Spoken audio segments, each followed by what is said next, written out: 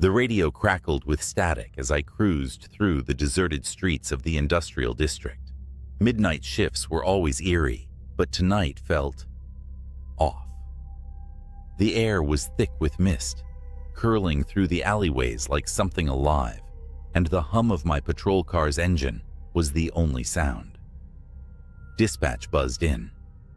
Unit 8, we have a report of possible trespassing at the old Claymore warehouse.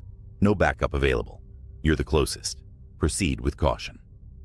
I groaned inwardly. Claymore had been shut down for years, the kind of place that drew ghost hunters, urban explorers, and occasionally drifters. The thought of a dark, abandoned building on a foggy night wasn't thrilling, but duty called. I turned the car down the cracked, overgrown driveway and killed the engine.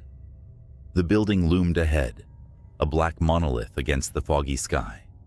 The windows were shattered, their jagged edges like teeth. The main door creaked open slightly, swaying in the wind, or so I thought. My flashlight flickered as I stepped out of the car. I tapped it against my palm, muttering, "Not now, damn it." Inside, the air was damp and reeked of mildew. My boots crunched on broken glass as I swept the flashlight across the cavernous space. Empty crates were stacked like forgotten monoliths, casting long shadows. And then I heard it. A faint sound, almost imperceptible. A wet, dragging noise, like someone pulling a sack of stones. I stopped, my heart pounding. "Police," I called out. My voice echoed, sharp and hollow. "If anyone's here, show yourself." The dragging stopped. For a long moment there was silence. Then, from somewhere deeper in the warehouse, a single light flickered on. Not a steady beam, but the weak, sputtering kind you'd find in horror movies. It illuminated a narrow corridor leading further into the building. "Hell no," I muttered under my breath. But something, a mix of curiosity, duty, and the unsettling feeling that I was being watched, pushed me forward. The corridor was lined with doors, each slightly ajar, each emanating a faint metallic smell. As I moved, the dragging sound resumed, louder now, coming from the end of the hall. My pulse quickened. "All right?" I called out, trying to sound more confident than I felt. "Last warning." I reached the end of the corridor, where a door stood fully closed, a rarity in this decrepit building. A faded maintenance sign hung askew on it. The dragging noise was unmistakable now, just beyond that door. Taking a deep breath, I placed my hand on the handle and pushed. The room beyond was lit by a single swinging bulb, revealing a horrific tableau. A dozen mannequins, life-sized, eerily realistic, were arranged in a semicircle. Some were missing limbs. Others had their faces disfigured, melted, or scarred, as if someone had taken a blowtorch to them. In the center of the room stood a figure, its back turned to me. At first glance, it looked like another mannequin. But then it moved, slowly, deliberately. It turned, and my stomach dropped. It was a man, or at least it had been. His face was pale and stretched unnaturally, like it didn't quite fit his skull. His eyes were pitch black, glossy, and unblinking. In his hands, he held what looked like a mannequin's arm, dragging it across the floor. "Police!" I shouted, raising my gun. "Get on the ground, now!" He tilted his head, as if considering my command. Then, without warning, he dropped the mannequin arm and lunged toward me with an inhuman speed. I fired twice, the gunshots deafening in the confined space. He didn't stop. I barely had time to react as he slammed into me, sending me sprawling. My flashlight skittered across the floor, casting wild shadows. Scrambling to my feet, I drew my baton, but he was gone, vanished into the shadows as if he'd never been there. My radio crackled. "Unit 8, status check?" My voice trembled as I replied, "Claymore Warehouse, suspect attacked, requesting immediate backup." The dragging sound began again, but this time it was all around me, echoing from every direction. The mannequins seemed closer now, their hollow eyes fixed on me. And then the lights went out. I stood frozen in the suffocating darkness, the sound of my breathing too loud in the silence. The dragging noise intensified, circling me, but my flashlight was gone, swallowed by the void. My hand fumbled for my radio. "Back up, now!" I barked, the tremor in my voice betraying me. The radio hissed and popped, then went dead. A faint light began to flicker again, not from my flashlight, but from somewhere deeper in the room. It was dim and sickly, illuminating patches of the space like the glow of a dying bulb. The mannequins stood eerily still, but something was different. Their heads, every one of them, were now turned to face me. Their glassy eyes seemed alive, tracking my every move. The dragging stopped. Silence, thick and oppressive, fell over the room. Then from the darkness came a voice, low, guttural, and wrong. "You shouldn't have come." I spun, gripping my baton tightly, but saw nothing. "Show yourself," I yelled, my voice cracking. The voice chuckled, the sound bouncing off the walls. "You think you can leave?" A sudden sharp noise made me whip around. One of the mannequins had moved, or had it? Its arm was outstretched, pointing toward the far wall, where the faint light glowed. My instincts screamed at me to leave, but my legs betrayed me, inching toward the light. The glow revealed another door, slightly ajar. I hesitated, then pushed it open with the baton. The air inside was colder, biting against my face. The room was smaller, its walls covered in symbols I didn't recognize, spirals, eyes, and shapes that seemed to shift when I looked at them too long. In the center of the room was a large mirror, its surface clouded and rippling like water. My reflection was there, but wrong. My face distorted, my eyes sunken and blackened, like the figure I'd encountered. My reflection smiled, even as I stood paralyzed in horror. Behind me, in the mirror's reflection, the mannequins began to move. Slowly, jerking unnaturally, they advanced toward me, their mouths stretched into ghastly grins, teeth glinting where there shouldn't have been any. I spun around.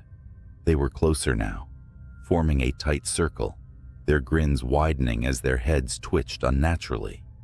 I raised the baton uselessly as one lunged forward, and then the mirror shattered. The explosion of glass filled the air, shards raining down like a storm. A deafening roar followed, a rush of wind that sent the mannequins toppling. The sickly light flared and extinguished, plunging the room into absolute darkness. I don't remember running, but I found myself outside, gasping for breath, my patrol car in sight. The warehouse stood silent and foreboding behind me, its windows now dark. My hands shook as I fumbled with the keys, locking myself inside the car and calling dispatch.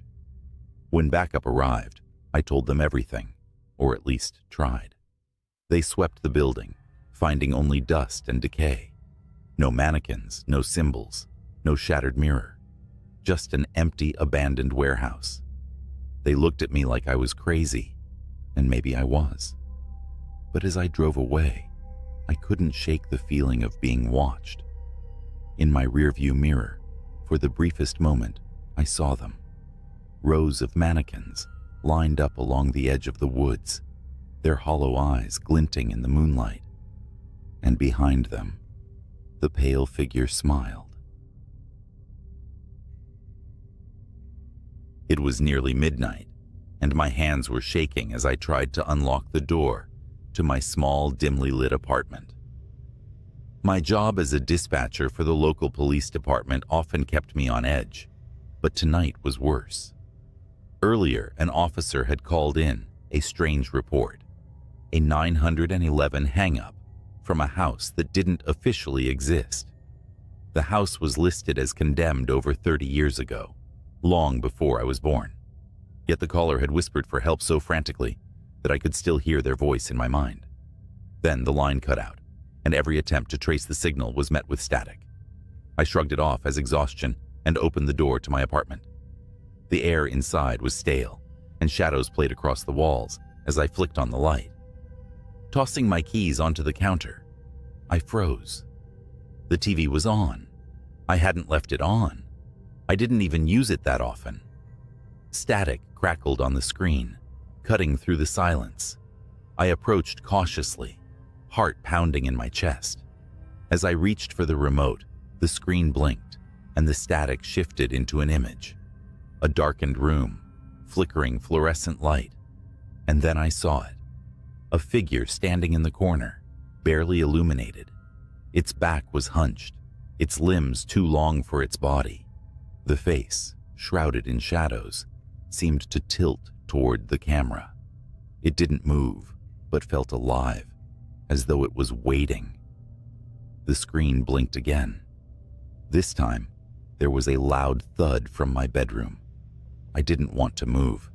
Every instinct screamed at me to leave the apartment, but my legs carried me forward, step by reluctant step, down the hall. I pushed the door open. The room was empty, but the window, which I always locked before leaving, was wide open. Cold air rushed in, carrying with it the faintest sound of laughter. Or was it crying, echoing from the street below? I leaned out, peering into the darkness. Nothing. Just the usual quiet city street. That's when my phone buzzed in my pocket.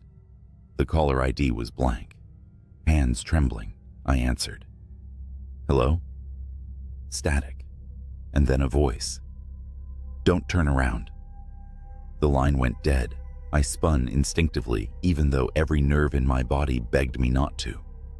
The hallway behind me stretched longer than it should have, the end disappearing into an unnatural darkness. The air grew colder, and for a moment, I swore I saw something move at the edge of the shadows. I didn't wait to find out. Grabbing my keys, I bolted for the door. As I passed the TV, the image changed. It now showed the front of my apartment building. The camera zoomed in on a figure standing beneath the lone street lamp. It was the same hunched figure from before, and it was looking up. I froze mid-step, staring at the screen. The figure wasn't moving, but its head tilted slightly upward, as though meeting my gaze through the camera lens. The image on the TV flickered, distorting momentarily before refocusing. Now the figure had taken a step closer to the building, closer to me. I didn't think. I ran out of the apartment, down the stairwell, and into the cold night air. The street outside was empty, eerily silent for a city that usually hummed with distant sirens and late-night activity. The lone street lamp buzzed faintly, its light flickering. The figure was gone, or so I thought.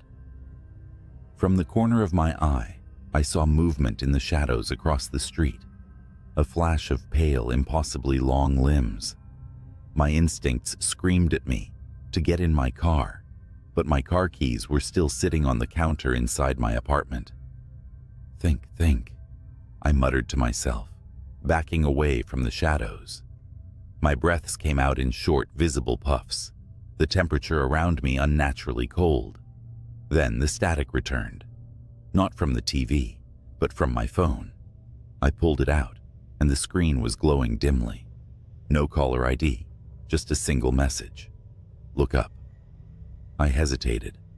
My neck felt stiff, as though something heavy was pressing down on me. Slowly, against every survival instinct I had, I raised my eyes. There it was. Perched on the edge of the building across the street, its silhouette stretched and distorted against the faint glow of the city lights. Its eyes, large empty voids, seemed to pull every ounce of heat and life from the air. It didn't move, yet the very sight of it made my knees weak. I stumbled back, my heel catching on the curb. The creature's head twitched, then its limbs elongated unnaturally, gripping the edges of the building. In a sickening, fluid motion, it began crawling down the wall, towards me. "Nope, nope, nope," I whispered, spinning on my heel and bolting down the street. My legs burned as I pushed myself to run faster, my breath hitching with each frantic step. I didn't dare look back. The sound of scraping concrete filled my ears, echoing off the buildings around me. I spotted the neon glow of a late-night diner ahead. Light, people, safety. I crashed through the door, gasping for air, startling the few patrons seated at the counter. The cook behind the grill raised an eyebrow. "You okay, buddy?" I couldn't speak. Instead, I staggered to the nearest booth, my eyes darting to the glass windows. Outside, the street was still empty. No sign of the creature. I started to convince myself I'd imagined the whole thing. The stress of the night, the weird 911 call, my overactive imagination. That's all it was. I pulled out my phone to call the police, just in case. That's when I saw it. The reflection in the diner window. It was sitting in the booth behind me, its head tilted at an unnatural angle, the hollow voids of its eyes locked onto mine. Its elongated fingers rested on the table, tapping slowly, rhythmically, as if counting down. 1, tap, 2, tap, 3. The lights in the diner flickered. Then everything went black. I don't remember much after that. Just the sound of my own screams echoing in the darkness. When I woke up, it was morning. I was lying in the middle of the street, the neon sign of the diner buzzing faintly above me. The police said they found no one inside. No cook, no patrons, nothing. Just the faint smell of static and burnt wires. And on my phone, a single new video. I haven't dared to open it. It was 2:37 a.m. when my phone buzzed on the nightstand. The ringtone was barely audible over the sound of rain hammering the windows. Calls at this hour usually meant trouble. Reluctantly, I picked up, expecting a frantic family member or a drunk friend needing a ride. Instead, the voice on the other end was calm, but urgent. "This is Officer Williams with the city's precinct. Am I speaking with your name?" A jolt of anxiety shot through me. I had never been in trouble with the law, but my heart raced like I'd just committed a crime. "Yes, this is me. Is something wrong?" I asked, gripping the phone tighter. "We need you to come down to the station," he said. "It's about your property." My property? That made no sense. I hadn't lost anything, and as far as I knew, my apartment was secure. Before I could probe further, the line clicked dead. I debated for a moment but decided to go.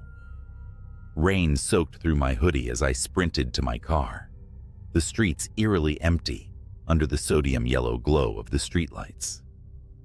When I arrived at the station, I found Officer Williams waiting for me. He was a broad-shouldered man with tired eyes and a uniform that looked like it had seen too many late-night shifts. Without a word, he gestured for me to follow him. The hallways were stark and cold, the fluorescent lights casting everything in a sterile glow.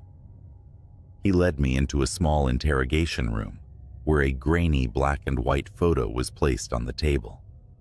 The photo was of my apartment, specifically my living room window. "What am I looking at?" I asked, confused and slightly irritated. "This was taken by our surveillance unit 3 nights ago," he replied. "We had a tip about a person of interest in your neighborhood. Do you see anything unusual?" I leaned in closer. At first, it seemed like an ordinary shot of my apartment, but then I saw it. A faint reflection in the window, a face staring inside. My stomach churned. "That's impossible," I stammered. "I've lived there for years.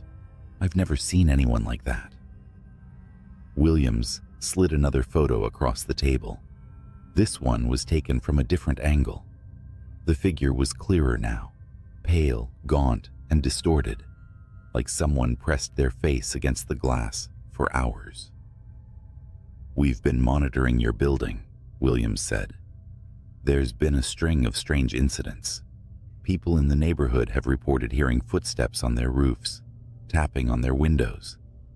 "But that doesn't explain why you called me," I interrupted, panic creeping into my voice. Williams hesitated, his expression grave. "The person in the photo isn't a suspect. They're the victim." I froze. "What?" "They were found dead in the alley behind your apartment last night. Cause of death is unknown, but..." He trailed off, then slid a file toward me. Against my better judgment, I opened it. Inside were autopsy photos. The victim's face was the same one from the photo, but their features were warped, unnaturally elongated, as if something had stretched their skull. Deep claw marks ran down their neck and chest. I felt like I was going to be sick. "There's more," Williams said. "We reviewed the footage. That figure? They were at your window for 7 hours straight." I pushed back from the table, shaking my head. "This has to be some kind of joke." "I wish it were," he said, his voice low. "After the figure left your window, they didn't walk away. They crawled, backwards, all the way to the alley." The room seemed to close in around me. My thoughts raced. Had I heard anything? Seen anything? I couldn't remember. All I could picture was that distorted face staring through my window. Williams leaned closer. "We need you to check your apartment. Look for anything unusual, anything out of place." I wanted to refuse, to stay in the relative safety of the police station, but something told me this wasn't going to go away. Begrudgingly, I agreed. When I got back home, the place felt different. The air was heavy, the shadows deeper. I checked every window, every door, but nothing seemed out of the ordinary. Then I noticed the floor.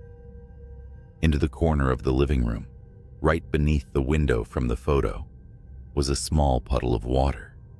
It hadn't rained that night, and there was no leak in the ceiling. The water glistened faintly, as if something had been standing there, dripping. I took a step closer, and that's when I saw it. Scratches on the windowsill. They weren't deep, but they formed a pattern. 5 thin lines, like claw marks, running parallel to each other. My heart pounded as I backed away. That's when I heard it.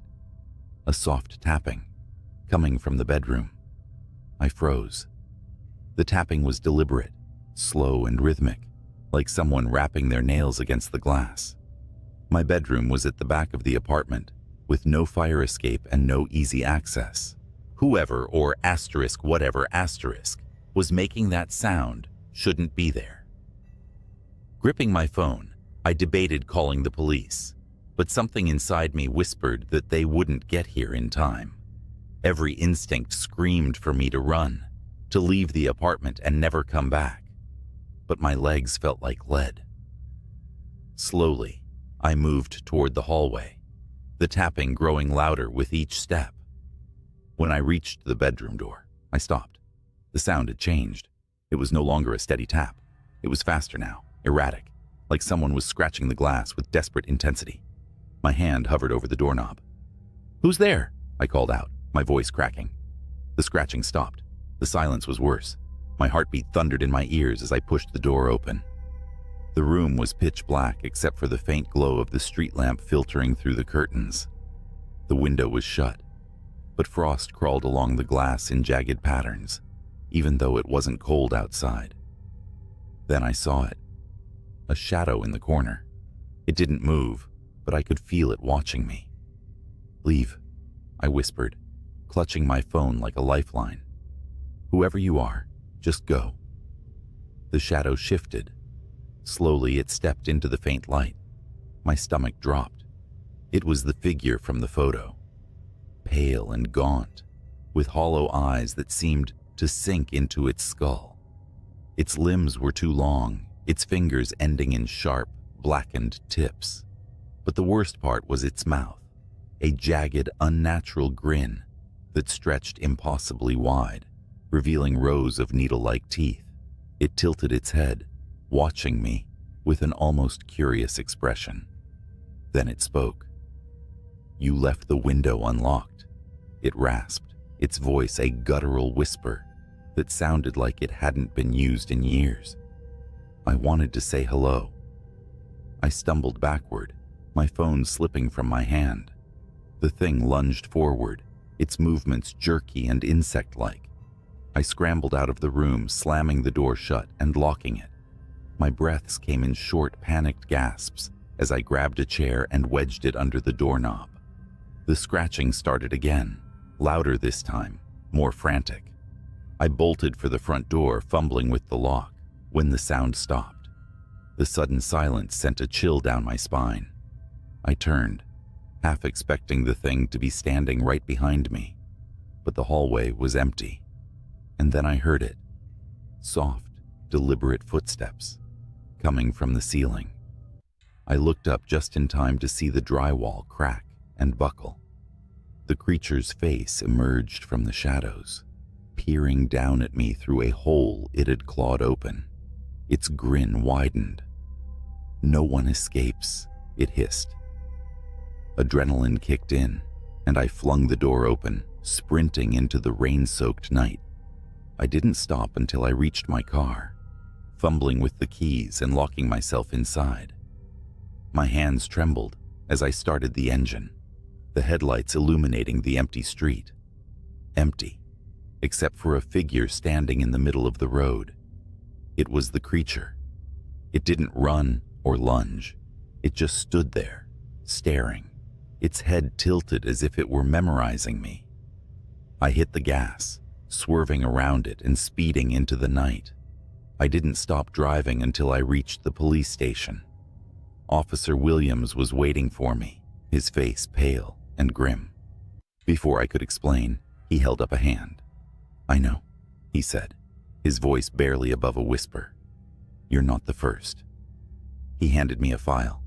Inside were more photos, more windows, more reflections, more faces twisted in terror.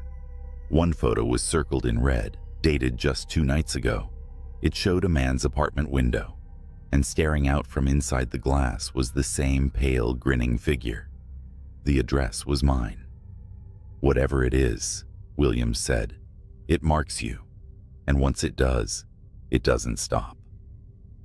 I wanted to argue, to scream that it wasn't fair, but deep down I already knew he was right. Even as I sat in that bright, bustling police station, I felt it, watching, waiting, and I knew this was only the beginning. It started with a buzzing fluorescent light overhead, one of those that flicker in just the wrong rhythm to dig under your skin. I was midway through another night shift at the 24-hour gas station, just off Route 17. You know the kind, reeking of old coffee, shelves lined with stale chips, and the perpetual hum of the ice cream freezer. That night, a fog rolled in thicker than I'd ever seen, swallowing up the world outside. The highway was nothing but black asphalt disappearing into a wall of gray. I hated working these shifts alone, but we'd just lost our only other night clerk. Guess it was my turn to hold down the fort until corporate hired someone new.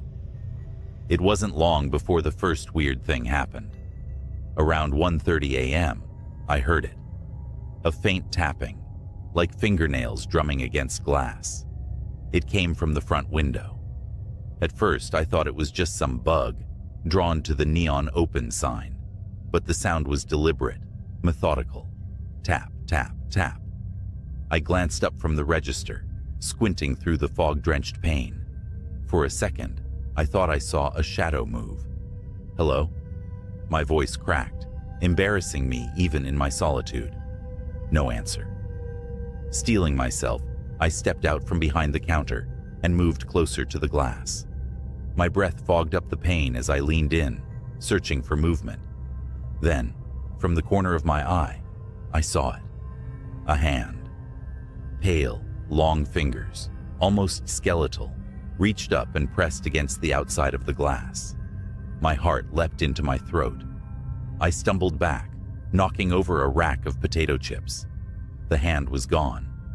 I fumbled for the phone, but of course, the damn landline had been out for days.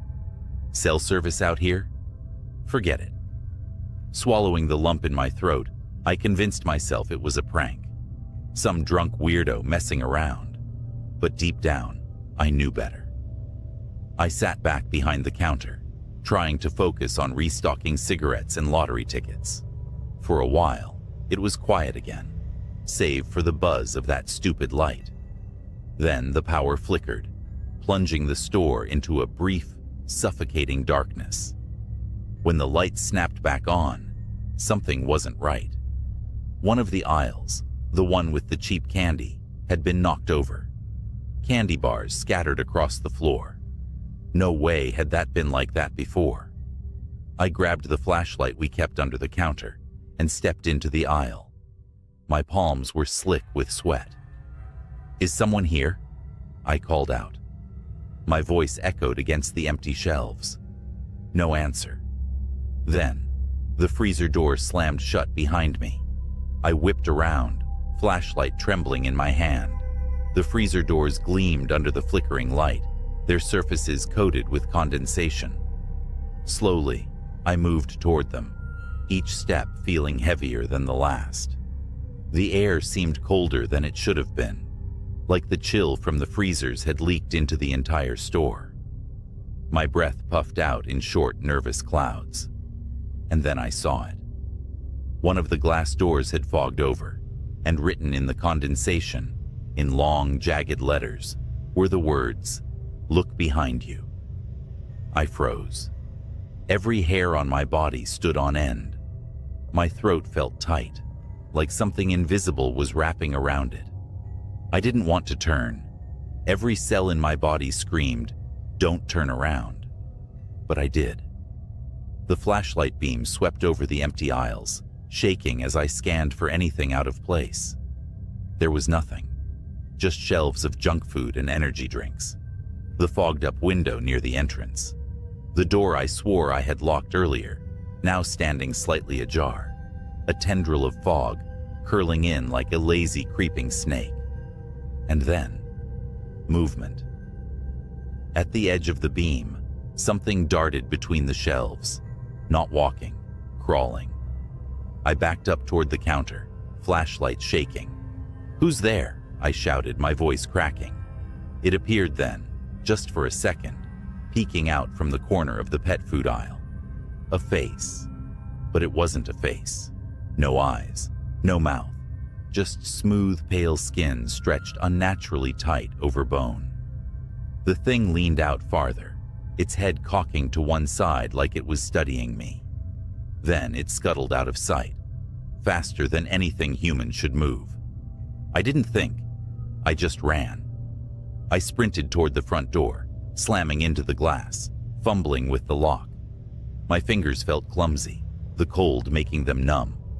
Behind me, I heard it again, the tapping. But this time, it was everywhere. From the freezer doors, the windows, even the ceiling. Tap, tap, tap. The door finally gave way, and I stumbled out into the fog. The cold air hit me like a slap, but I didn't stop running. The gas pumps were barely visible through the haze, their lights dim and flickering. That's when I heard the voice. "Where are you going?" It came from all directions, deep and rasping, like someone trying to talk through a throat full of gravel.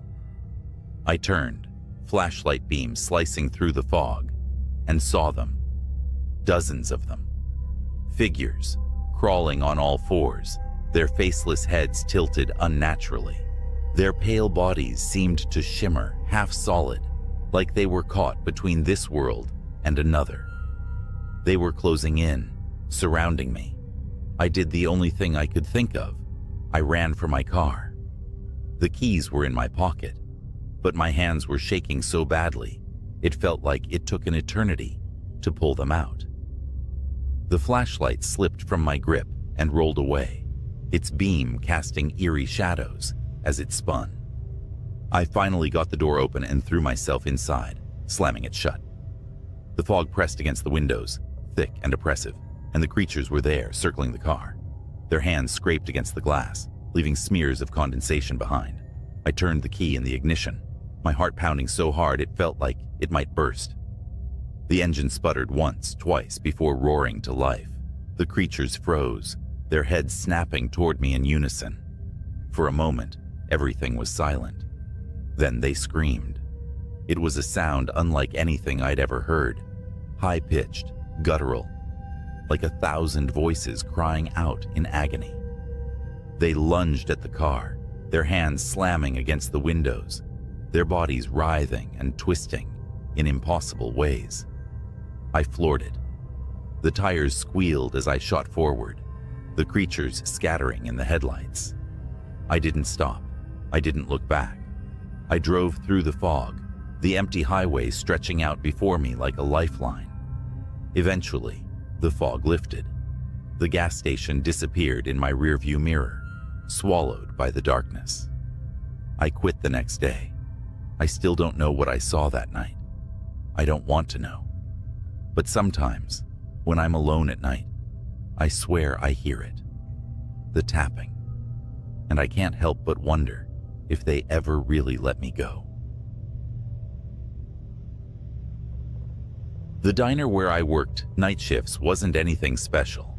Just a run-of-the-mill greasy spoon sitting off a desolate highway in the middle of nowhere.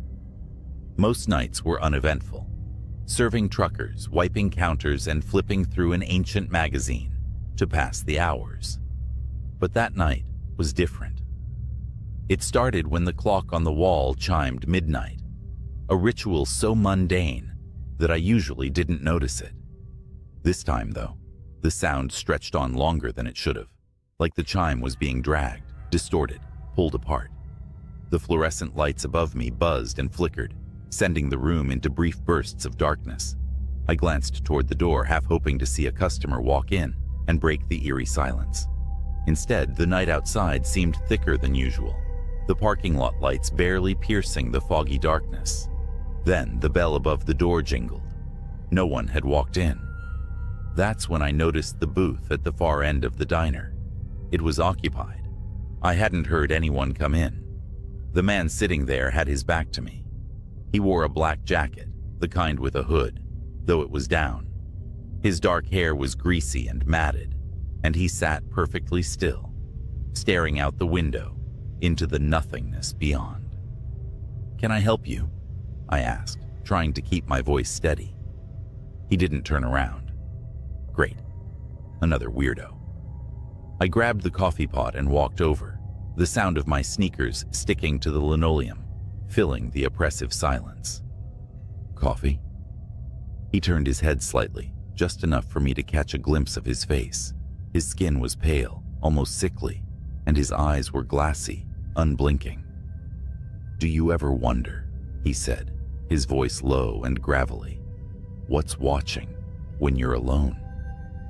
I froze, coffee pot trembling in my hand. What?" His lips curled into a grin, not a friendly one. Before I could respond, the lights in the diner flickered again. The man's grin widened, and when the lights steadied, the booth was empty. My stomach dropped. The coffee pot slipped from my fingers, shattering on the floor. And then, I heard it. A faint tapping, rhythmic and deliberate, coming from the kitchen. I stood frozen, staring at the shards of glass and the growing puddle of coffee at my feet. The tapping continued, echoing from the kitchen in the back. Each sound felt deliberate, as if whatever was making it wanted me to know it was there. My mind raced through rational explanations. Maybe it was a raccoon that got in through the back door. Maybe it was just the pipes. Maybe I was imagining things.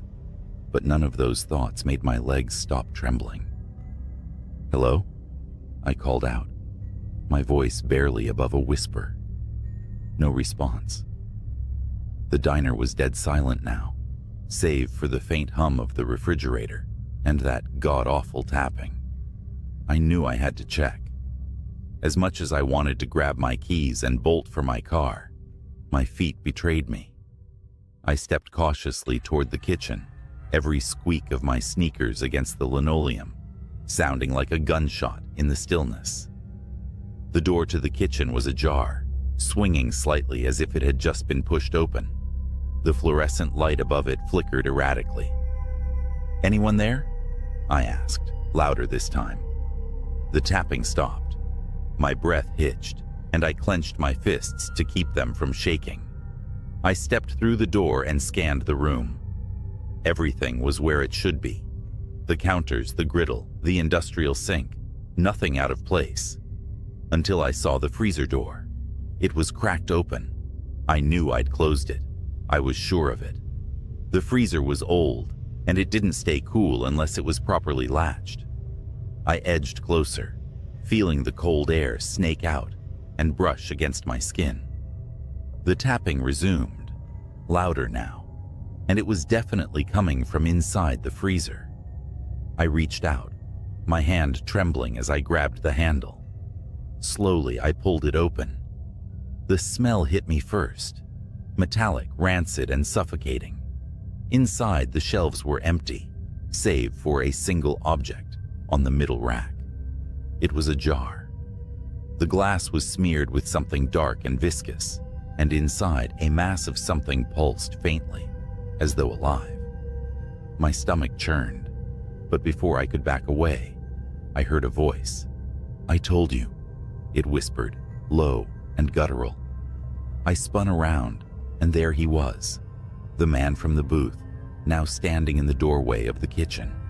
His head tilted unnaturally to the side, and his grin was stretched wider than before, exposing teeth that were jagged and wrong. "You ever wonder what's watching?" he hissed, his voice distorted, like static on an old TV. I stumbled back, my foot slipping on the slick freezer floor. The jar fell from the shelf, shattering on the ground. The thing inside spilled out, a writhing, fleshy mass that began to grow. It unfurled long, spindly limbs that slapped against the walls, its surface glistening with a black, tar-like substance. I scrambled to my feet, heart pounding, as the creature turned toward me, its eyeless face twisted and shifted, its mouth opening impossibly wide to reveal rows of jagged teeth. "Run," the man said, his voice almost gleeful. I didn't need to be told twice. I bolted out of the kitchen, through the diner, and into the foggy night. My car was the only thing I could think of, my sanctuary from whatever nightmare was unfolding behind me. As I reached the parking lot, I glanced back at the diner. The windows were dark, but I could see movement inside, shadows slithering across the walls, something too large to fit in that tiny kitchen. I jumped into my car, fumbled with the keys, and finally got the engine roaring. Tires screeching, I tore out of the lot, leaving the diner and its horrors behind. But as I sped down the empty highway, I caught a glimpse in my rearview mirror. The man was standing in the middle of the road, his grin still stretched wide, his hand raised in a slow, mocking wave. I didn't stop driving until the sun came up, and even then, I couldn't shake the feeling that I wasn't alone. I quit the diner the next day, but some nights, when the world is too quiet, I swear I can still hear the tapping. It started like any other night shift. The fluorescent lights in the back room of the gas station flickered with their usual irritating hum. I'd taken this job for the quiet. Somewhere I could collect my thoughts while dealing with the odd customer or two, mostly truckers and night owls. I'd been working there for 6 months without incident. That night, though, was different. It was the dead of winter, and a brutal windstorm had turned the streets into a graveyard of fallen branches and trash. I leaned against the counter, scrolling aimlessly on my phone, when the door chimed. A man walked in. His face was shrouded in the shadow of a hoodie, and he moved deliberately. too deliberate for someone who just wanted chips or smokes. Something about him immediately set my nerves on edge. He didn't look at me, didn't grab anything. He just wandered the aisles like he was searching for something. The cameras buzzed overhead. I glanced up at the monitors above the counter. I'd grown used to watching people on those screens. Most were harmless, predictable. But as I scanned the feeds, my stomach turned. There was a glitch in the camera. A second figure flickered into view behind the man. Tall, thin, its limbs too long for its body. Its head tilted unnaturally as it watched him. I blinked hard, thinking it was a software issue. But when I looked back up, the figure was gone. The man finally approached the counter, dropping a pack of gum and a small black notebook onto the surface. I rang him up, barely able to meet his eyes. "You working alone tonight?" he asked. It was a simple question, but the way he said it made my skin crawl. His voice was low, grating, like the sound of gravel under tires. "Yeah," I replied, regretting it instantly. He grinned, revealing teeth that were uneven and stained. He paid in cash, shoved the change into his pocket, and left without another word. But as the door swung shut, I noticed something he'd left behind. The notebook. It was small and weathered, its cover marked with a symbol I didn't recognize. My gut told me to leave it alone, but curiosity got the better of me. I flipped it open. The pages were filled with numbers, rows and rows of handwritten code that made no sense to me. Then at the bottom of one page, I saw something that made my breath hitch. "Do not stay until 3:17 a.m. I glanced at the clock. It was 2:48. For the next 29 minutes, I tried to shake it off as some kind of prank. But as the hour approached, strange things began to happen. The lights flickered, longer than usual. The cameras in the corner started to glitch again, showing static interspersed with brief, distorted images of the store. And then there were the noises, soft, guttural whispers that seemed to come from nowhere and everywhere at once. At 3:16, the power went out completely. The store plunged into darkness, save for the faint blinking glow of the exit sign. And then the door chimed again. The chime echoed unnaturally in the silent store. My stomach knotted as the air around me turned cold, like I'd stepped into a meat locker. I fumbled for my phone, using its flashlight to scan the darkness. The aisles stretched out like corridors to nowhere, and the shadows seemed to writhe at the edges of the beam. "Hello?" My voice sounded small, trembling. No answer. The chime came again. The door hadn't opened. It was still shut, but the sound repeated over and over, like someone was walking in and out, or something was toying with me. Then a sound from the back room, a dragging noise, heavy and wet, like a sack of meat being pulled across the floor. My body froze, my breathing shallow. The noise stopped, replaced by a faint clicking sound, like fingernails tapping glass. I slowly aimed my flashlight toward the office door. It creaked open, just a crack, revealing only darkness within. "Who's there?" I whispered, barely audible even to myself. A voice answered, low and distorted. "You should have left." I nearly dropped my phone. The voice came from everywhere, above me, behind me, inside me. I took a step back, my heel catching the edge of the counter. That's when I saw it on the cameras. The monitors, somehow still active despite the power outage, showed the store from every angle, and in every feed, it was there. The thing I'd seen earlier, flickering like a broken signal.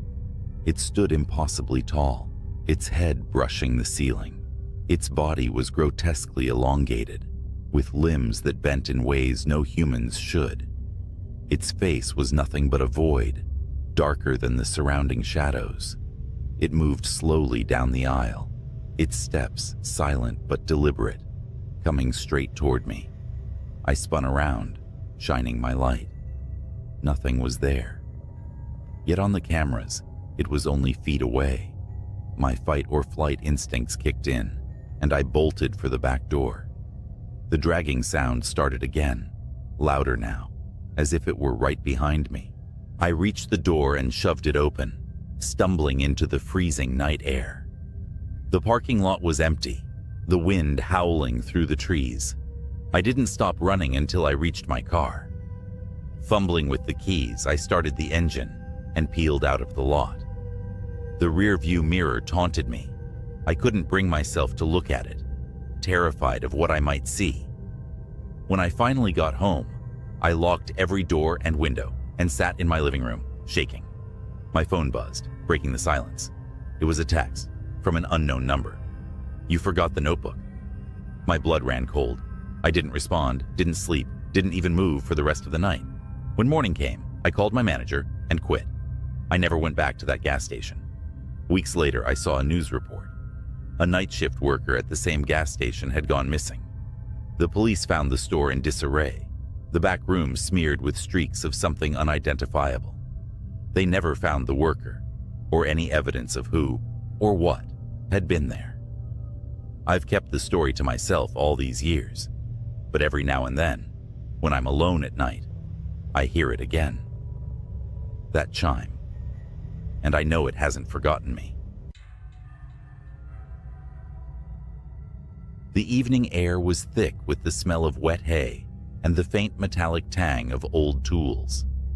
The wind carried a strange, almost melodic whistling sound that seemed to rise and fall, as if it was alive and moving just beyond the edge of the cornfield. That's where I was, alone on my grandfather's farm for the weekend. He'd left a list of chores, but I was mostly there to keep an eye on the livestock. Easy enough. It started with the chickens. Around midnight, I heard them squawking, not their usual restless chatter, but a frenzied, chaotic scream that shot me bolt upright in bed. Grabbing the flashlight by the door, I shoved my feet into my boots and headed out. The barnyard was quiet, except for the frantic rustling inside the coop. When I opened the door, my stomach twisted. Something had ripped through the chicken wire, leaving a gaping hole. Feathers floated in the air like soft snow, and the floor was littered with streaks of blood. There were no tracks outside, just the hole and the silence. Too much silence. Even the frogs in the pond weren't croaking. I convinced myself it was a fox or maybe a coyote, but deep down, I knew it wasn't. By 2 a.m., the rain started, a steady, cold drizzle. I was lying in bed, staring at the wooden beams above me, when the faint sound of movement reached my ears. It wasn't coming from the house, but from somewhere outside. It was a low, dragging sound, punctuated by wet thuds, as if something heavy was being pulled through the mud. I hesitated for too long before grabbing the shotgun from the rack. As I stepped outside, the rain soaked me instantly, plastering my shirt to my skin. The sound was louder now. It was coming from the silo. The old wooden structure loomed ahead, its weathered planks dark against the stormy sky. I told myself it was the wind, or maybe the rain, knocking loose a tarp. But as I approached, the dragging sound stopped. I swung the flashlight beam towards the base of the silo. That's when I saw it. A figure was hunched over the pile of spilled corn, its arms long and bony, the skin stretched tight over sharp joints. Its back was to me, but its movements were jerky and wrong, like a puppet with tangled strings. I froze, the beam of light shaking as my hands trembled. Whatever it was, it turned its head slowly, unnaturally far, until its face was visible in profile. Its eyes were hollow, its mouth impossibly wide, filled with rows of teeth that looked more like shards of broken glass. It grinned, a thin, split-lipped smile, that made my knees buckle. And then it stood. It was tall. Too tall. It had to duck as it turned fully towards me. In its clawed hand, it held a chicken, what was left of one. It dropped the carcass, and the wet thud echoed in the silence. The thing started towards me, its movements fluid now, almost hypnotic. I ran. The mud sucked at my boots as I sprinted back to the house. I didn't dare look back, not even when I heard the wet slapping of its footsteps gaining on me. By the time I reached the door, I was screaming. I slammed it shut, bolting the lock and shoving the kitchen table against it for good measure. The footsteps stopped just outside. The porch creaked as it stepped up, and I could hear it sniffing, the sound wet and guttural. Then, nothing. I stayed up the rest of the night, the shotgun cradled in my arms, the flashlight trained on the door. It didn't return. Not that night. But the farm wasn't the same after that. Strange things kept happening. The cows refused to graze near the silo, and I found deep clawed marks gouged into the barn doors. And every night, without fail, that melodic whistling would drift through the air, growing louder as it approached the house. I left that farm the next morning, my chores undone. I never told my grandfather what happened. I didn't have to. When he called me weeks later, his voice was shaking. He said something was out there, something that didn't belong. He never saw it, but he heard the whistling. He sold the farm not long after that. Last I heard, the new owners abandoned it after their son disappeared. They said he was playing near the silo. I know better. I wish I could say that was the end of it, that I left the farm and the horrors stayed there, tied to the land like a bad dream. But things like that don't let go so easily. They follow you. They linger. A few months after I left, I moved to the city, hoping the crowded streets and constant hum of life would drown out the memories. It worked for a while. I even started sleeping better, the image of that grinning, hollow-eyed thing fading with time. Then, one night, I heard it again. I was walking home late, my breath fogging in the chilly air. The streets were empty, the kind of quiet that feels unnatural in a city. I'd just turned a corner when I heard it. The whistling, that same melodic tune, the one I had convinced myself was just the wind back on the farm. I stopped dead in my tracks, my pulse hammering in my ears. It was faint, almost playful, coming from somewhere up ahead. Slowly, I turned my head. The streetlights flickered, casting long, jittery shadows. For a moment, I saw nothing, just empty sidewalks and parked cars. Then, it stepped into the light. It was the same as before, tall, gangly, its skin stretched taut over bones that seemed to shift and crack as it moved. Its eyes locked on mine, black and endless, and it smiled that impossible smile. But now, it was wearing something. A tattered flannel shirt and overalls, smeared with mud and blood, as if mocking the life I'd tried to leave behind.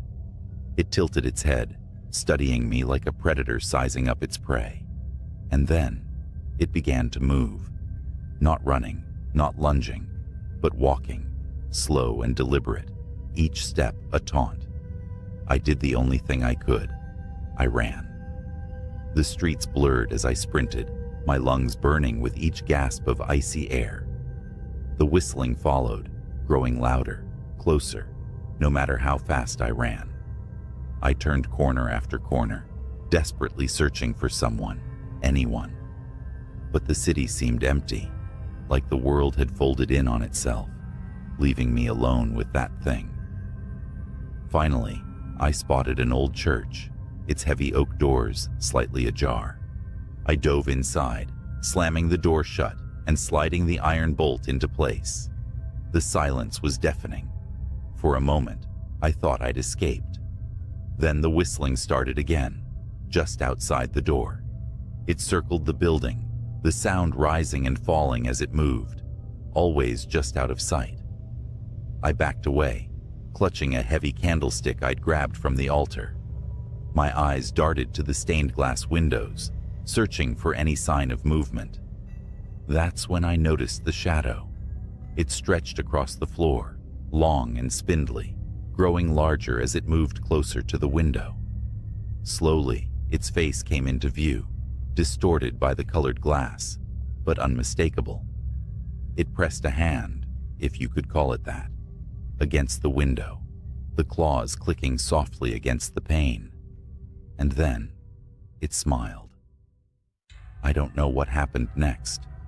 Maybe I screamed. Maybe I passed out. All I know is that when I woke up, the church was empty, the doors still bolted, and the whistling was gone.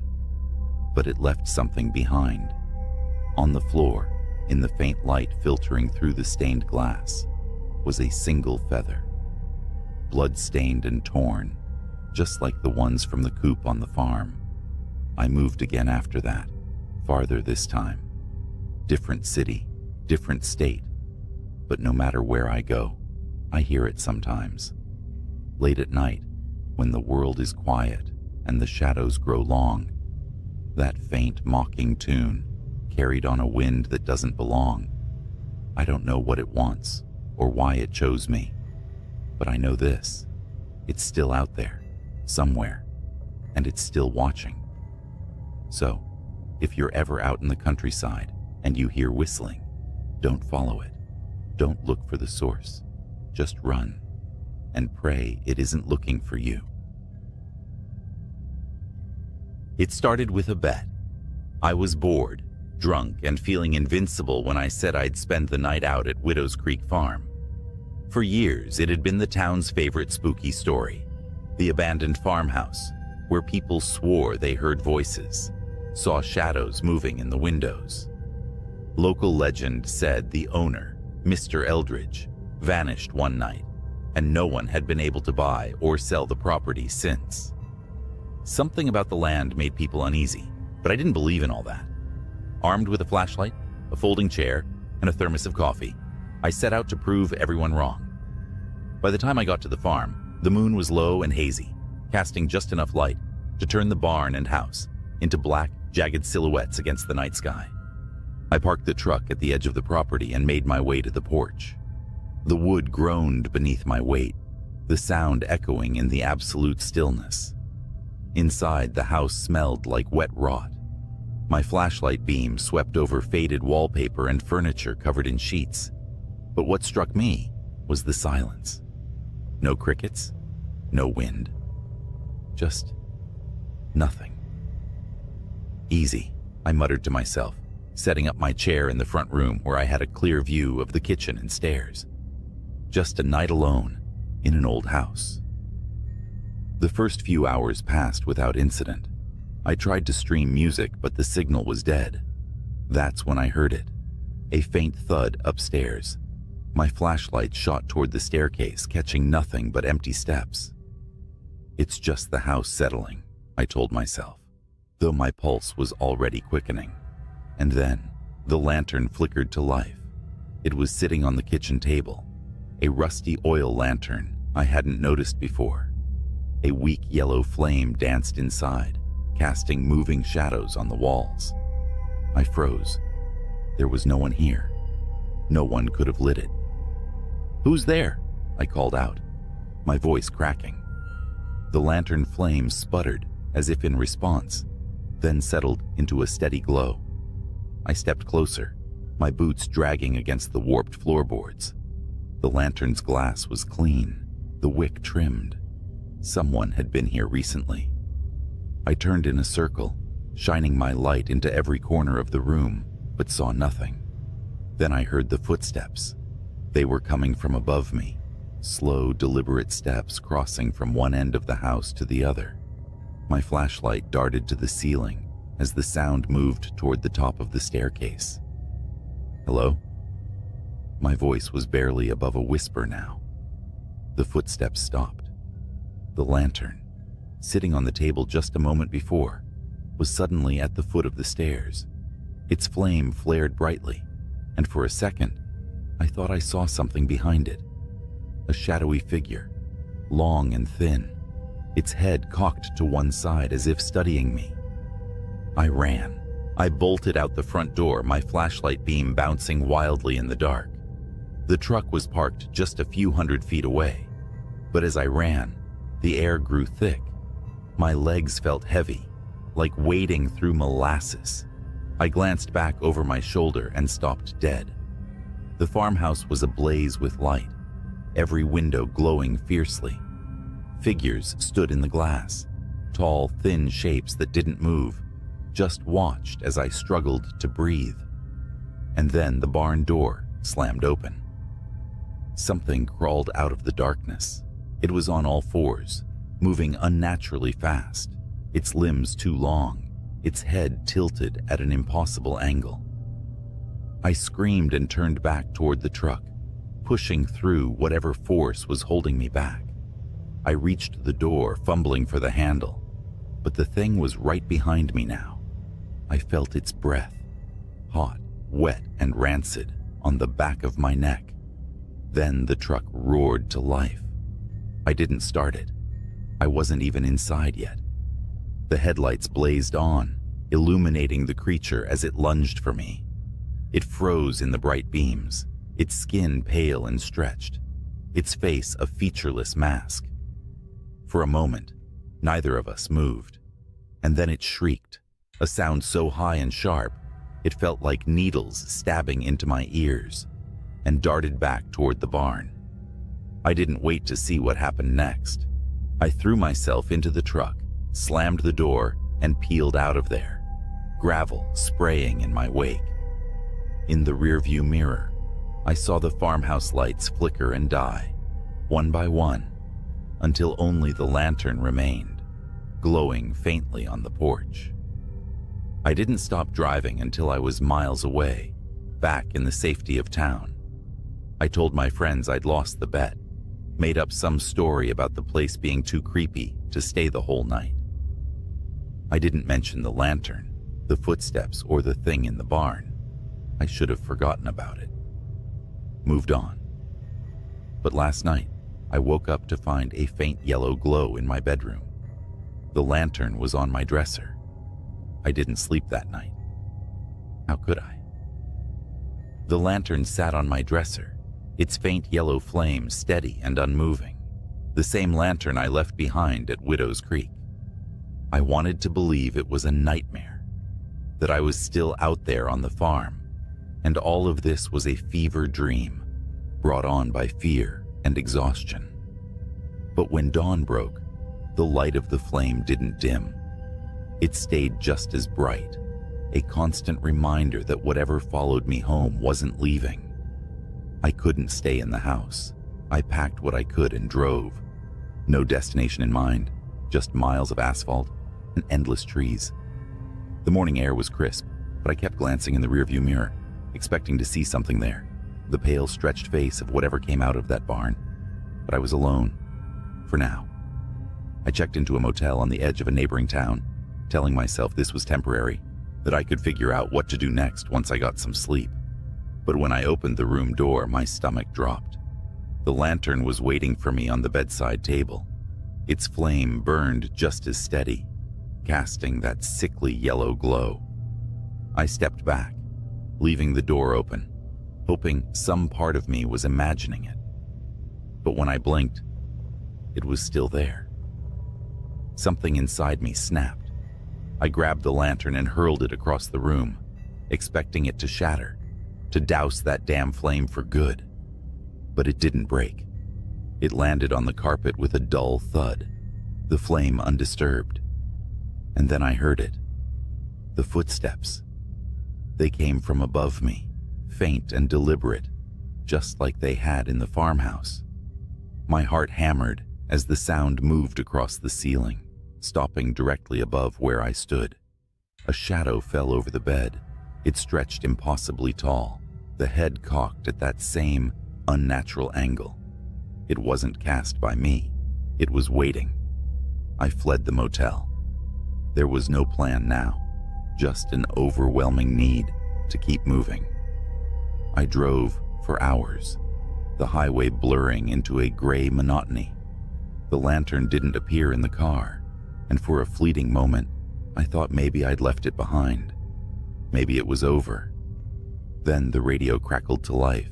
At first it was static, but slowly I started to hear a voice, a low, garbled whisper, almost like it was trying to speak, but couldn't quite form words. I turned the radio off, but the whispering didn't stop. It was coming from the air vents now, from the faint hum of the engine. Widow? Waiting? My grip tightened on the wheel, knuckles white as bone. The voice was clearer now, repeating those same words over and over. Widow, waiting, widow, waiting. It was nearly sunset when the truck broke down. The engine sputtered and died, leaving me stranded on a stretch of empty road. I sat there for a long time, gripping the steering wheel like it was the only thing tethering me to reality. When I finally got out, the landscape around me was unfamiliar. Flat fields stretched out on either side of the road, broken only by the silhouette of a barn in the distance. My blood ran cold. It was Widow's Creek.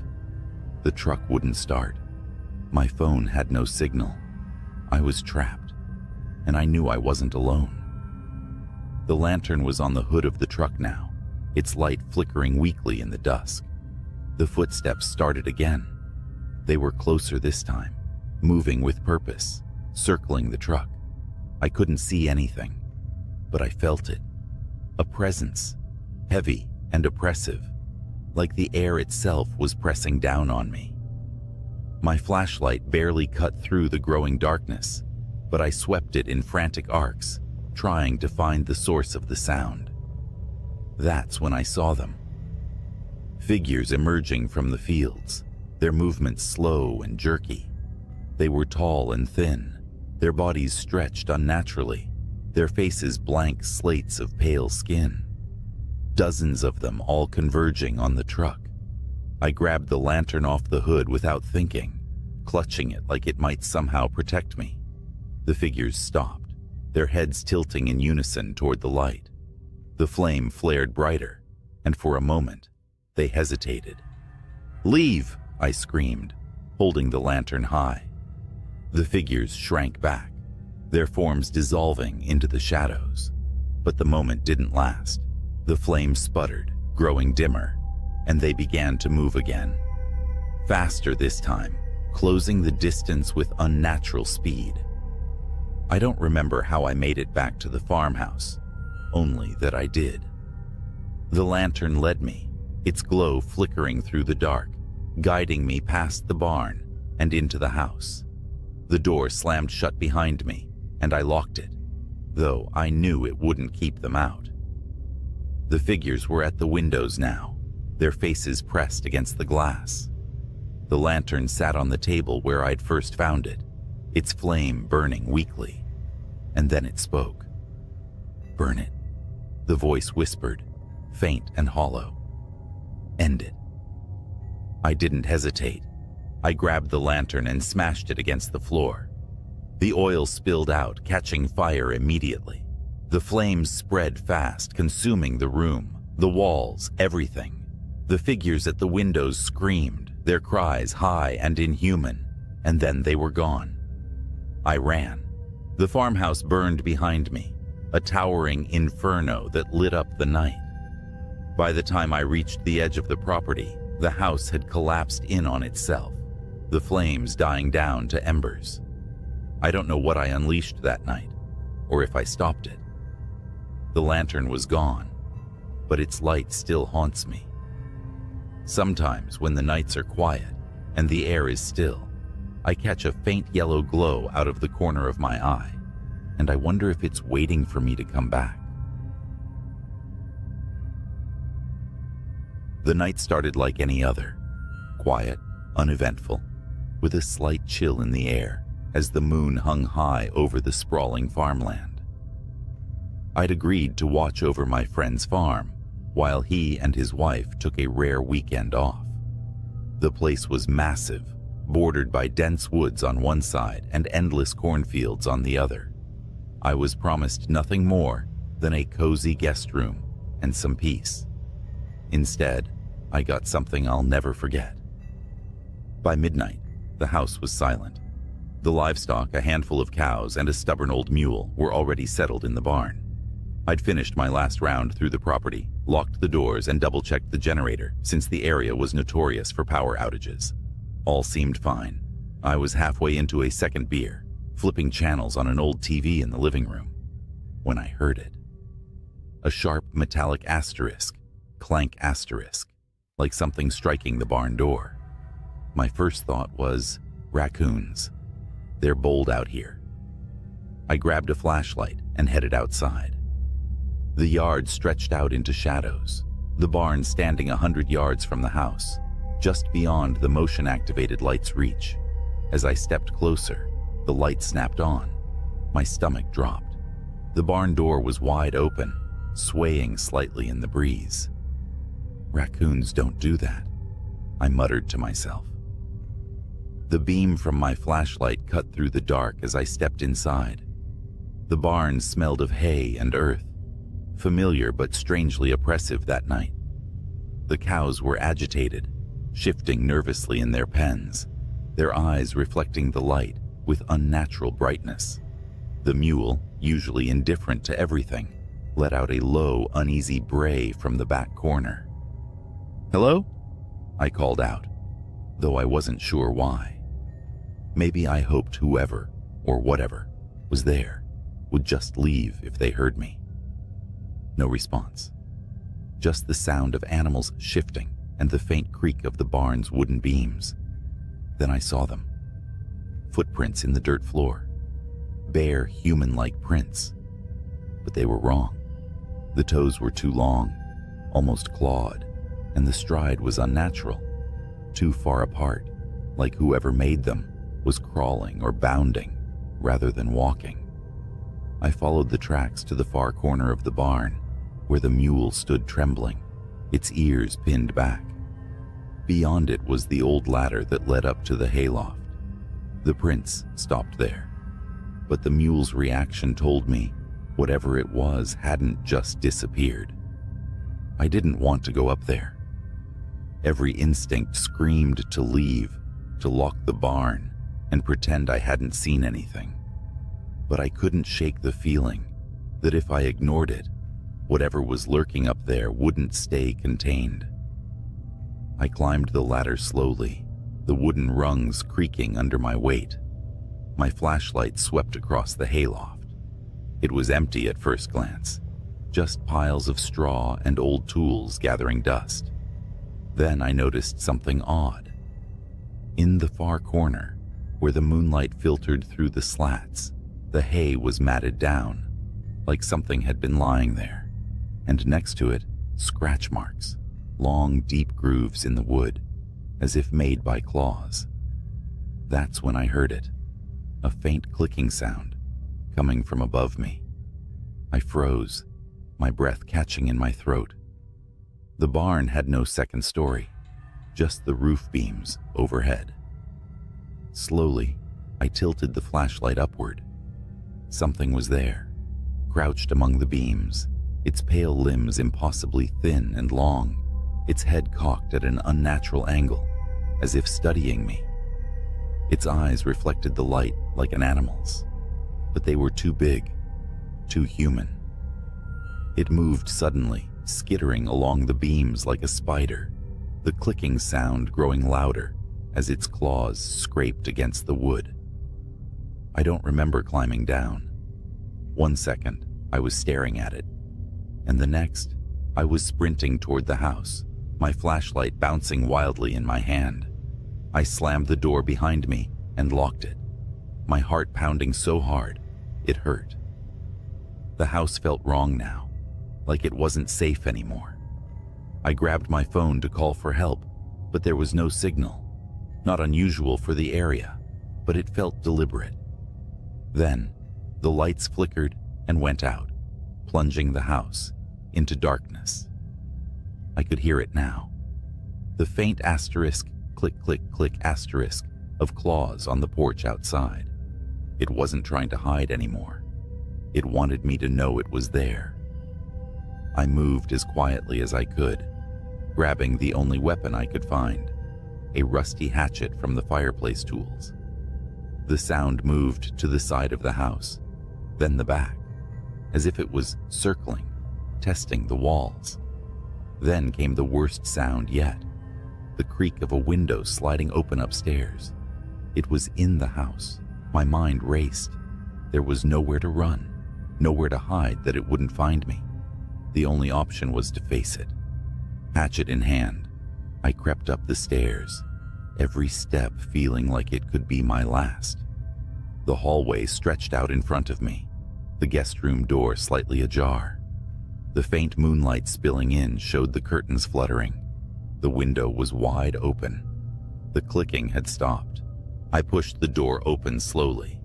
The room was empty, but the bedspread was disturbed. Claw marks raked across the headboard. My pulse was deafening in my ears as I backed out of the room. That's when I felt it. Hot breath against my neck. I spun around, swinging the hatchet wildly. It caught something, the blade sinking in with a wet asterisk thunk asterisk. A screech filled the air, high-pitched and inhuman. The creature recoiled, its long limbs thrashing as it tried to pull away. I saw it clearly for the first time, its skin pale and stretched taut over its bones, its face a grotesque mimicry of human features, twisted into something predatory. I didn't stop swinging until it stopped moving. When the sun rose, I buried what was left of it in the woods. I don't know what it was, and I don't want to know. My friend's farm looks peaceful in the daylight, but I'll never stay there again. Some things aren't meant to be explained, and some places aren't meant to be guarded alone. A week after that night, I got a call from my friend. He thanked me for watching the farm and casually asked if I noticed anything strange while I was there. I hesitated, unsure of what to say. How could I explain what happened without sounding insane? Instead of answering directly, I asked why he'd asked. His tone shifted, less casual, more guarded. Well, he began, we've been having issues for a while. Strange sounds in the barn, missing animals. Thought maybe it was coyotes or feral dogs, but the footprints we've found don't match anything we know. The neighbors have seen things near the woods. Things? I asked, my voice tight. Yeah, like figures. Too tall, too thin, running on all fours. One of the neighbors swears it looked right at him. They won't come near the property now. He laughed nervously. Honestly, I figured it was just their imagination until we started losing livestock. I gripped the phone tighter, my pulse quickening. Why didn't you tell me this before I stayed there? There was a long pause. I didn't want to scare you off. Besides, we figured it was just animals. Nothing that'd bother a person, you know? I didn't respond. My thoughts were spiraling back to that night, to the thing in the barn, its impossible limbs, the way it moved, how it felt too smart, too aware. Hey, he added, we're putting the place up for sale. The wife and I decided it's not worth the stress. Whoever buys it can deal with whatever's out there. That was the last time I heard from him. The farm sold within a month, and I heard the new owners moved in without issue. For a while, I thought that was the end of it. I tried to convince myself that whatever I'd faced that night was gone, that maybe I'd killed it. But deep down, I knew better. About 3 months later, I was back in the city, starting to feel normal again. Then one evening, as I was locking up my apartment for the night, I heard it. A faint asterisk, click, click, click asterisk, from somewhere in the hallway. My blood ran cold. I stood frozen, staring at the peephole in my door, expecting to see something staring back. But when I finally worked up the courage to look, the hallway was empty. The sound stopped. But now, every night when it's quiet, I listen for it. Sometimes I think I hear it, just at the edge of perception.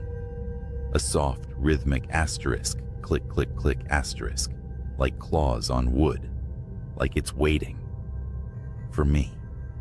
And I know one thing for sure, whatever it is, it doesn't stay on the farm. You'd think that driving an 18-wheeler through endless highways at night would make you immune to fear. I mean, I've seen it all. Road rage, accidents, even a guy walking naked on Route 66 like he was auditioning for a horror flick. But what happened last month? That wasn't the usual trucker nightmare. That was something else. Something wrong. I'm hauling cargo across Nebraska, about 2 a.m. The road is a strip of black slicing through miles of flat nothingness. It's quiet except for the steady hum of the rig's engine, the kind of quiet that lets your thoughts wander to dark places. Then, my CB radio crackled to life. "Breaker 19, you out there?" The voice was low, shaky. I hesitated. Usually it's other truckers chatting about routes, weather, or just swapping jokes to kill the boredom. But something in his voice had me grabbing the mic. "Yeah, this is Long Haul. What's up?" Static hissed for a moment before his reply came through. I think I'm being followed." "Followed?" I asked, gripping the wheel tighter. My eyes scanned the rearview mirrors out of reflex, even though I knew the highway behind me was empty. "You sure about that? Ain't nobody out here but us." The radio crackled again, and his voice came through more frantic this time. "It's not a car. I don't know what it is. It's been tailing me since mile marker 240. Every time I look back, it's closer." "Closer? What are you seeing, man?" I asked, feeling a bead of sweat roll down my temple. Nebraska highways don't exactly have streetlights, and whatever he was dealing with was probably some stray animal or a trick of the dark. He didn't answer right away. Instead, there was a long pause, filled only with static, before he finally whispered, "Eyes." "Eyes?" I repeated, my stomach tightening. "Yeah," he said, his voice trembling. "Like headlights, but wrong. Too low to the ground, and they flicker, like they're blinking. I swear to God, man, it's watching me." I glanced at my GPS. Mile marker 240 was about 10 miles behind me. Whatever was happening to this guy, it wasn't far off. "All right, buddy, stay calm. Where are you now?" "Just past mile marker 250. It's still back there, but it's closer. I can feel it." His voice cracked, and for the first time, I heard real terror in his words. This wasn't just highway paranoia. He truly believed something was after him. "Listen," I said, trying to keep my voice steady. "There's a rest stop at 255. Bright lights, other truckers.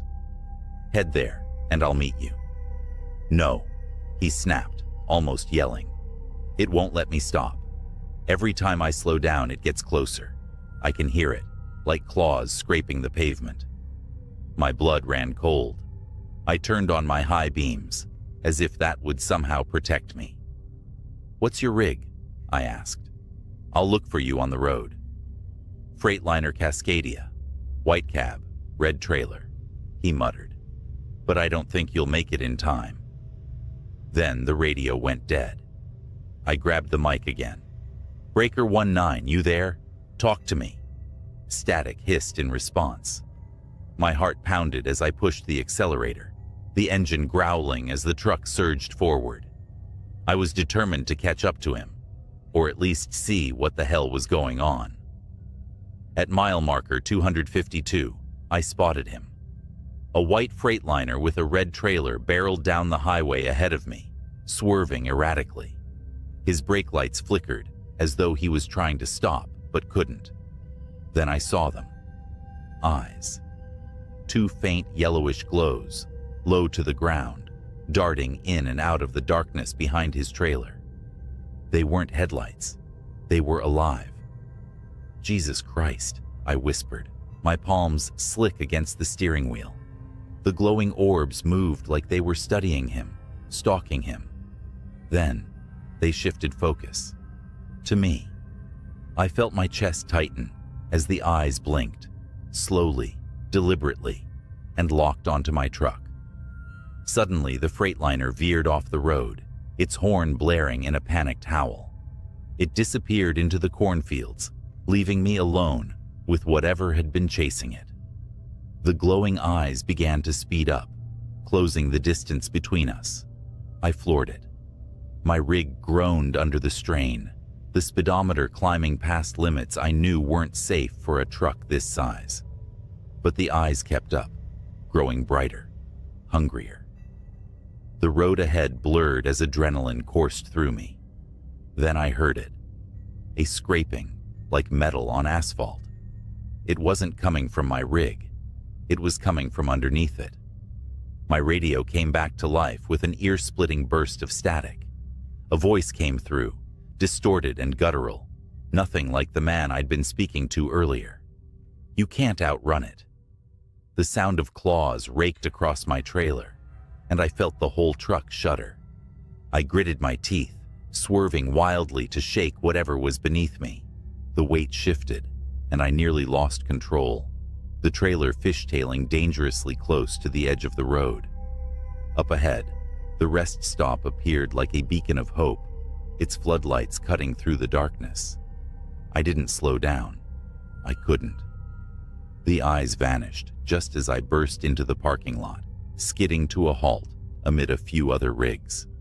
My hands trembled as I killed the engine and jumped out of the cab. Nothing.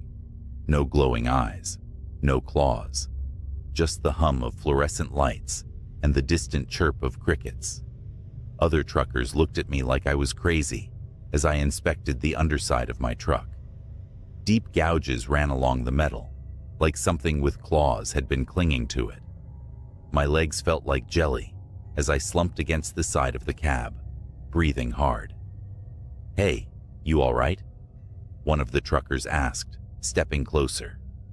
I opened my mouth to speak, but froze when I saw it.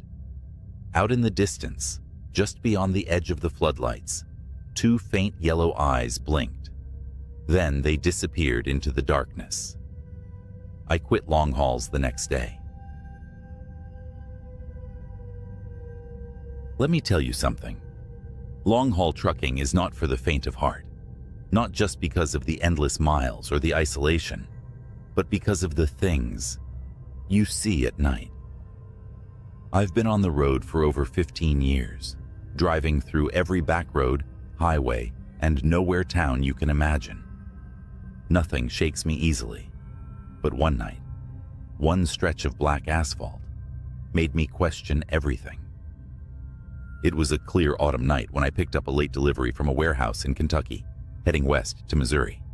The load wasn't anything out of the ordinary, crates of furniture, some tools, but the route took me through a patch of the Appalachians that's more shadows than road after dark. Truckers call it the Devil's Backbone. Why? Because people and vehicles disappear there. But nobody ever really talks about it. We just drive. As I crossed into the mountains, the CB radio crackled. A gruff voice, another trucker said, "Breaker 19, anyone rolling through Backbone tonight, might want to steer clear." Silence. I should have turned around then, but I didn't. Superstitions, I muttered to myself. Besides, I had a deadline to meet. An hour later, the road narrowed. The moonlight barely penetrated the thick trees overhead. My headlights fought against the ink-like darkness. The forest leaned too close, like it was watching. Then it happened. Out of nowhere, a shape darted into the road. I slammed on the brakes, my trailer screeching and groaning behind me. The truck stopped inches from what looked like a deer? No, not a deer.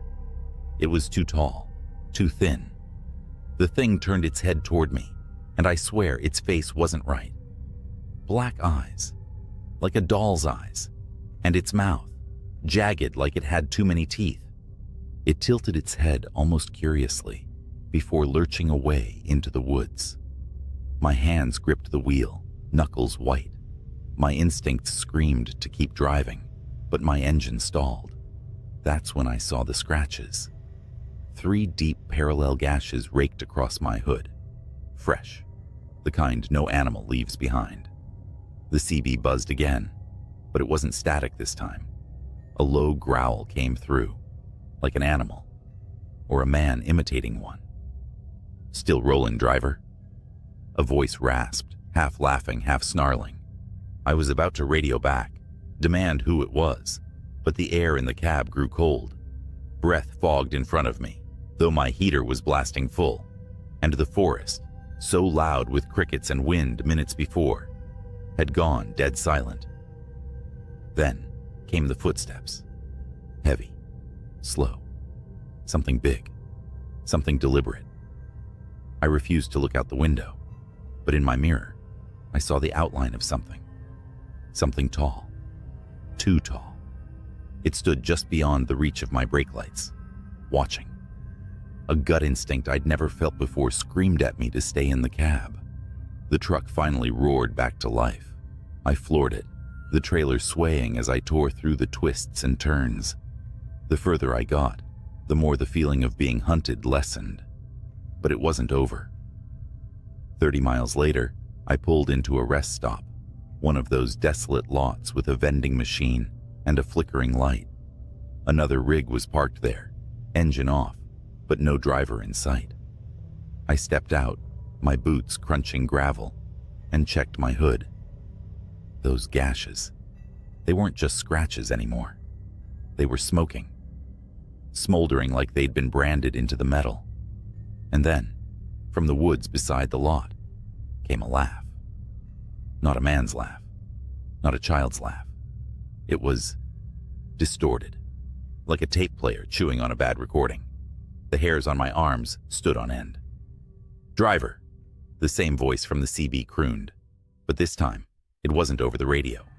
It was in the air, behind me. I spun around, but no one was there.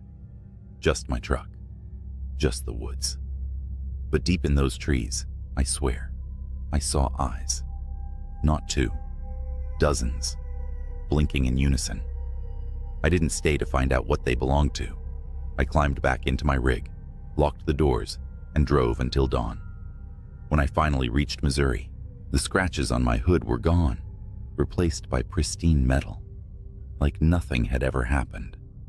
But I know what I saw. And every time I pass through Appalachia, I see those same blinking eyes in my nightmares. If you're driving through the Devil's Backbone, keep your eyes forward, your windows shut, and don't stop for anything. A week passed, but the shadows of that night followed me. Truck stops felt quieter than usual, the roads darker, and the CB radio, even when silent, felt ominous. The scratches may have disappeared from my truck, but the memory of them burned in my mind. And then, the real nightmare began. My next haul was a routine trip, heading south toward Alabama, a midnight run. As always, I preferred driving at night. Less traffic, more peace. But peace was the last thing I found. It started with my GPS going haywire. One moment it showed a straight route. The next, my truck icon spun wildly, as if I'd veered off-road. I checked my map, recalibrated, and pushed on. That's when I noticed something. The mile markers weren't right. Each marker was different. One read 142, then the next said 666. I laughed it off, thinking I was seeing things. But the markers grew stranger. End, turn back, and one that simply read run. The rational part of me fought to dismiss it, a prank, bad lighting, or exhaustion. But deep down, I knew better. And then I saw the rig. It was pulled over on the shoulder, headlights blazing. The truck looked abandoned, door swinging gently in the breeze. I slowed, radioing out of habit. Breaker 19, you need a hand, driver? Static. The closer I got, the more I noticed something wasn't right. The rig's cab was empty, but the trailer doors hung open, swaying like something or someone had forced them apart. What stopped me cold was the graffiti scrawled across the trailer in thick black letters. Nothing leaves. I slammed the accelerator. My rig roared forward, the abandoned truck disappearing in my mirror. About 10 minutes later, my CB crackled. You left something behind, driver. A voice whispered, raspy and wet, like someone speaking underwater. Who is this? I snapped, my voice shaking. Silence. Then another sound, a scraping, like nails on metal. My stomach dropped as I realized it wasn't coming from the CB. It was coming from the trailer. Whatever it was, it had hitched a ride. My headlights caught a curve in the road ahead, forcing me to slow down. The scraping grew louder, more frantic, as if whatever was back there knew I was easing up. I gripped the wheel, heart pounding, until I couldn't take it anymore. I pulled over, leaving the engine running, and grabbed my flashlight. As I stepped out, the night wrapped around me like a suffocating blanket. The air was heavy, too quiet. I circled to the rear of the trailer, every crunch of gravel under my boots echoing too loud. My flashlight beam trembled as I pointed it at the doors. Deep gouges raked across the metal, forming patterns. No, symbols. My hands were sweating, but I reached for the handle. The moment I unlatched it, the doors flew open, and someone lunged at me.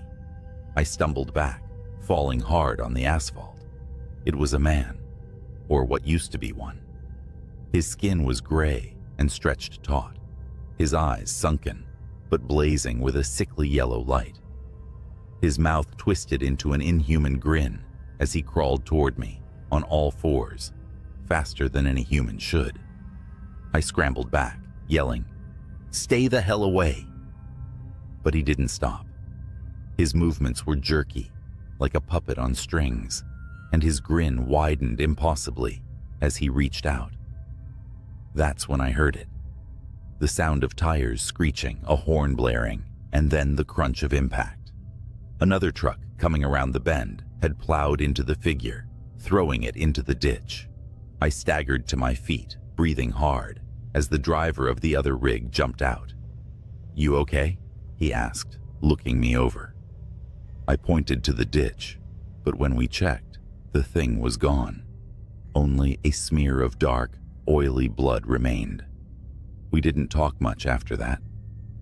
The other driver offered to follow me to the nearest truck stop, and I didn't argue. The rest of the drive was uneventful, but the entire time, I felt those eyes on me, watching, waiting. When I reached the stop, I parked, climbed into the sleeper, and locked every door. I didn't sleep. I couldn't. Somewhere out there, in the vast darkness, that thing was still lurking. I never drove through the Devil's Backbone again, and I'll never forget the lesson I learned that night. Some roads aren't meant to be traveled. I glanced at the dashboard clock. 2:43 a.m. The highway was dead, a straight ribbon of asphalt vanishing into the darkness. My CB radio crackled faintly with static, the voices of distant truckers trading stories to stay awake. I adjusted my cap and yawned, the hum of my 18-wheeler lulling me into a dangerous sense of calm. Then, out of nowhere, a voice broke through the static. "Eastbound on I-70. Anyone else seeing this?" The voice was shaky, breathless, like someone who just ran a marathon. I grabbed the mic. "Eastbound here. What's going on?" Static swallowed his reply, but I heard enough to send chills down my spine. "Black semi. No lights. Coming up fast." I shifted in my seat, suddenly wide awake. My headlights illuminated nothing but the road ahead, bordered by skeletal trees and the occasional mile marker. I checked my rearview mirrors. Nothing but empty black. "Anyone else out there?" The voice called again, this time frantic. "Calm down," I said into the mic. "Where are you exactly?" I think mile marker 82. It's behind me." "Oh God, it's right on me." The transmission cut out with a burst of static. My heart thudded against my rib cage. Mile marker 82 was about 10 miles ahead. I pressed harder on the gas, my truck rumbling as it picked up speed. I don't know why I felt compelled to go faster. Curiosity? Duty? Or maybe some primal part of me was already screaming,